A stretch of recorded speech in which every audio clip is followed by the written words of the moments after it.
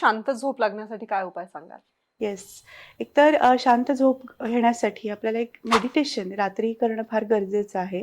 आणि जनरली मी हे meditation advise करताना म्हणते, पाण्याचं म्युझिक असलेलं मेडिटेशन ऐका.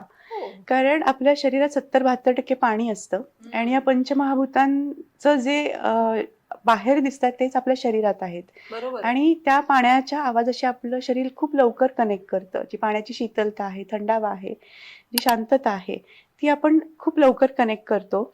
आणि छान असे म्युझिक्स आपल्याला Googleवरती सुद्धा खूप मिळतात. अगदी 15 मिनिटापासून 2-2.5 तासापर्यंतचे ते म्युझिक्स असतात.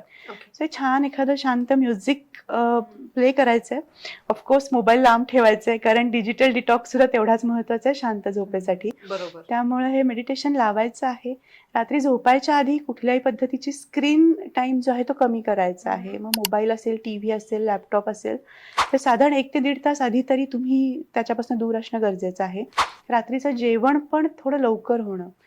जेवण आणि झोप याच्यामध्ये किमान 2 तासाचं अंतर आपल्याला ठेवायचं आहे. बरं. सो 8 वाजता तुम्ही जर जेवत असाल तर 10:30च्या दरम्यान तुम्ही शांत झोपेसाठी जाऊ शकणार आहात.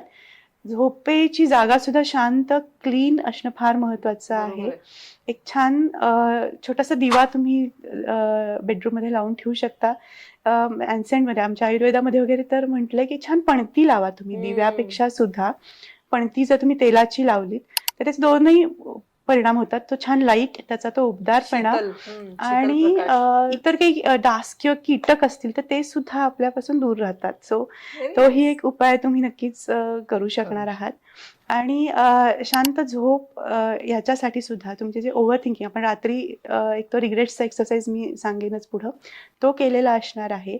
सो त्या निगेटिव्हिटीमधनं बाहेर पडून पॉझिटिव्ह अफर्मेशन्स, पॉझिटिव्ह थिंकिंग आणि छान उद्याची एक तयारीची लिस्ट जर तुम्ही करून ठेवलीत तर ती हरीबरी आणि करी याच्यातून सुद्धा आपण दूर होतो आणि शांत झोप आपण नक्कीच घेऊ शकतो.